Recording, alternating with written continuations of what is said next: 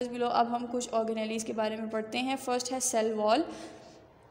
अगर आप देखें तो ये देखिए प्लांट्स के अंदर, प्लांट सेल के अंदर सेल वॉल है, ठीक है, और एनिमल सेल के अंदर सेल वॉल नहीं है, सेल वॉल नहीं बनी। ये इसका एक डिफरेंस हो गया। यहाँ पढ़ते हैं the outermost covering of a plant cell is called the cell wall. Outermost covering जो होती है वो प्लांट सेल की, उसको सेल वॉल करते हैं। It gives a well defined shape to the plant cell.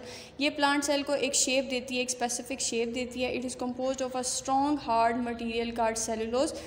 Plant cell की जो सेल वॉल है उसके अंदर सेलुलोज पाया जाता है। It provides protection and support to the cell, जो कि सेल को प्रोटेक्ट भी करता है और सपोर्ट भी करता है। There is no cell wall around an animal cell. आप इसको अंडरलाइन कर लें कि एनिमल सेल के अंदर सेल वॉल नहीं पाई जाती। Next is cell membrane. The thin semi-permeable membrane which controls the passage of materials in or out of the cell is called the cell membrane. Semi-permeable membrane वो होती है जिससे कुछ चीज़ें पास हो सकती हैं और कुछ चीज़ें नहीं पास हो सकती।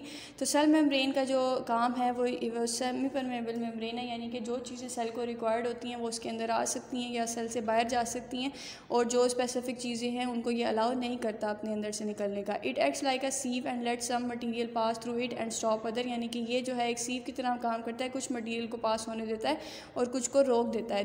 That is why it is called a semi permeable membrane. ये मैंने आपको बताया, इसलिए इसको सेमी परमेबल मेम्ब्रेन कहते हैं। It is composed of lipids and proteins. इस सेल मेम्ब्रेन में लिपिड्स पाए जाते हैं और प्रोटीन्स पाई जाती हैं। It separates the cell from its surrounding inside and outside and other cells around it. उसने कहा है कि सेल मेम्ब्रेन जो है वो सेल को अंदर और बाहर से जो डिफरेंट करता है, यानी कि हमें सेल मेम्ब्रेन से पता चलता है कि सेल का इनर पार्ट कौन सा है और आउटर पार्ट कौन सा है, और सेल मेम्ब्रेन ही दूसरे सेल से इसको अलहदा करता है। It is the outermost covering of an animal cell. Animal cell के अंदर क्योंकि सेल वॉल नहीं होती, इसलिए आउटर मोस्ट कवरिंग जो एनिमल सेल की है वो सेल मेम्ब्रेन होती है। A plant cell also has a cell membrane but it is below the cell wall. उन्होंने कहा है कि प्लांट सेल के अंदर सेल मेम्ब्रेन होती है लेकिन सेल वॉल से अंदर होती है।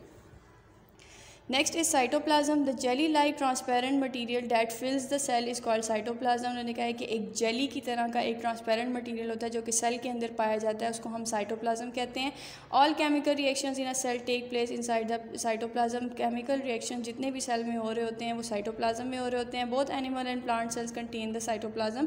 प्लांट सेल और एनिमल सेल में दोनों में साइटोप्लाज्म पाया जाता है। Next is nucleus. The central controlling and information centre of the cell is called the nucleus. जो कंट्रोलिंग सेंटर, जिस तरह के एक ह्यूमन बॉडी का कंट्रोलिंग सेंटर ब्रेन होता है, इस तरह सेल का जो कंट्रोलिंग सेंटर होता है वो न्यूक्लियस होता है। It controls and supervises all the activities taking place inside the cell. Cell में जो भी एक्टिविटीज़ हो रही होती हैं सबको न्यूक्लियस हैंडल कर रहा होता है। That is why it is also called the brain of the cell. इसलिए न्यूक्लियस को सेल का ब्रेन भी कहते हैं।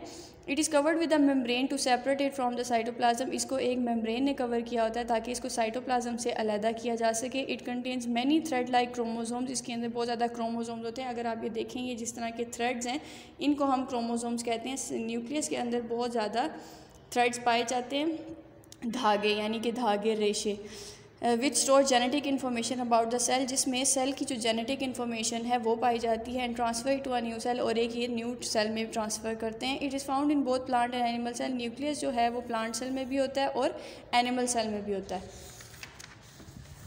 Now come to the next page, vacuoles. Tiny membrane bound organelles that store nutrients, waste and other substances inside them are called vacuoles. Vacuoles ऐसी चीज़ है जो membrane bounded तो है लेकिन ये स्टोरेज के लिए काम करती है, जो कि न्यूट्रिएंट्स स्टोर करती है। जो प्लांट्स और जो प्लांट्स का वेस्ट होता है वो और अदर सब्सटेंसेस जो भी सेल्स में होते हैं वो सारा स्टोर होता है वैक्यूल्स में।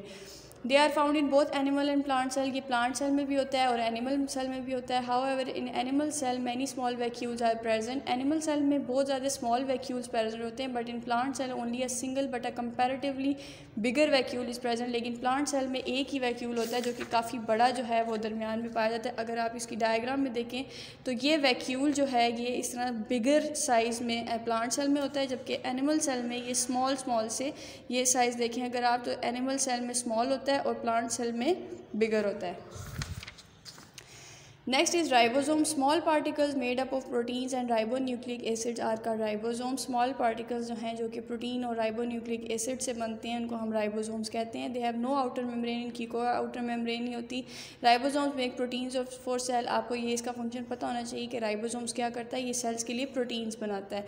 They are present in both animals and plant cells, और ये प्लांट सेल्स में भी पाया जाता है और एनिमल सेल्स में भी पाया जाता है।